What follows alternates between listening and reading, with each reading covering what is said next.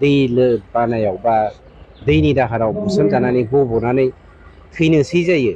बे समाव मानसिया मेथेखायाव हमग्रांलाय बहाबा बेमफोराव हमग्रांलाय बेफोरबायदि खालामो। हाग्रामानि बे अबस्था, मानोना भट आइडि गैयै जोहोलावजोफोरखौ लानानै, जायखौ लानानै जोंनि बड'फा इउएन ब्रह्म बिथाङा गावनि सानस्रिजों मोनसे महान गेदेमा सानस्रिजों दिनै हारि दाखांनायनि गेरेमसा हारि दानायनि बाथ्रा बुंदों। बे गेरेमसा हारि दानायनि थांखिजों जोंनि जा जोलै, बे जोलैखौ फोजोबस्रांनायनि थाखाय राजखान्थिनि खैसाराव जोंनि सेंग्रा सिख्लाफोरखौ लांदों। बे जोंनि थाखाय दुखुनांथाव बाथ्रा, खिन्थु गावनि फिथाइखौ गावनो मोनगोन। मानोना नै जों बावैसोनो होनो थांगासिनो दङ। आं नोंथांमोनखौ बुंगासिनो दङ जे MP इलेक्सननि उनाव हाग्रामाया बियो UPPL आवहाय मार्चआप जानायनि अनगा बेहा खुनु राहा गैला। 2020 मायथाइनि 15 डिसेम्बर खालि मानबगेजेर प्रमद बर' बिथांनि दैदेननायाव जोंनि UPPL सरकारा BTR आव गायसनजादों आरो फैगौ 15 अक्ट'आव जोंनि सरकार गायसन सान जागोन।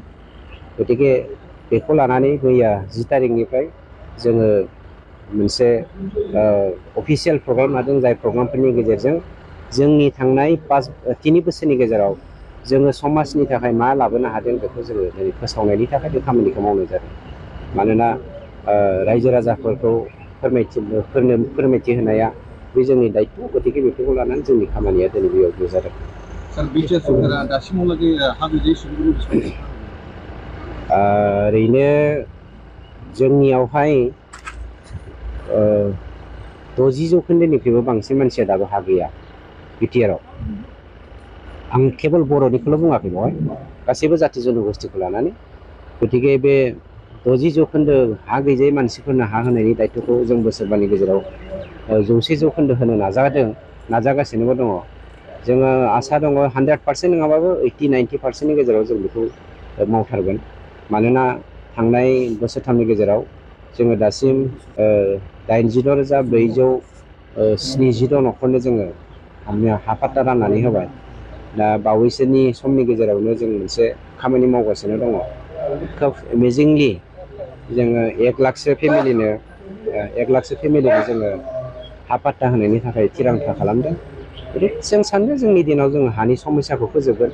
हानि थाखायनो जोंनि गेजेराव बिदा फंबायनि नांलायलायनाय बुलायलायनाय, हानि थाखायनो जातिजों जाति एना-एनि, हानि थाखायनो ब्लाड सेट, बेफोरखौ जों फोजोबनानै सान्तिखौ जुगामि गायसननायनि थांखिजोंनो जोंनि हाबाफारि।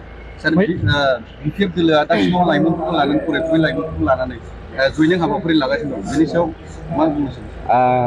जेब्ला मानसिया दै बानायाव बा दैनि दाहाराव बुसोमजानानै गब'नानै थैनोसै जायो। बे समाव मानसिया मेथेखायाव हमग्रांलाय बहाबा बेमफोराव हमग्रांलाय बेफोरबायदि खालामो।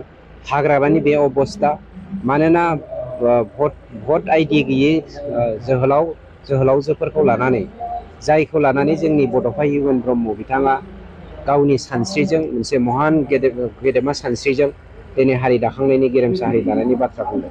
बे गेरेमसा हारि दानायनि थांखिजों जोंनि जा जोलै, बे जोलैखौ फोजोबस्रांनायनि थाखाय राजखान्थिनि खैसाराव जोंनि सेंग्रा सिख्लाफोरखौ लांदों। बे जोंनि थाखाय दुखुनांथाव बाथ्रा, खिन्थु गावनि फिथाइखौ गावनो मोनगोन। मानोना नै जों बावैसोनो होनो थांगासिनो दङ। आं नोंथांमोनखौ बुंगासिनो दङ जे MP इलेक्सननि उनाव हाग्रामाया बियो UPPL आवहाय मार्चआप जानायनि अनगा बेहा खुनु राहा गैला। मानोना बिनि सायाव बेलेग धरननि मोनसे बारहुंखा फैगासिनो दं।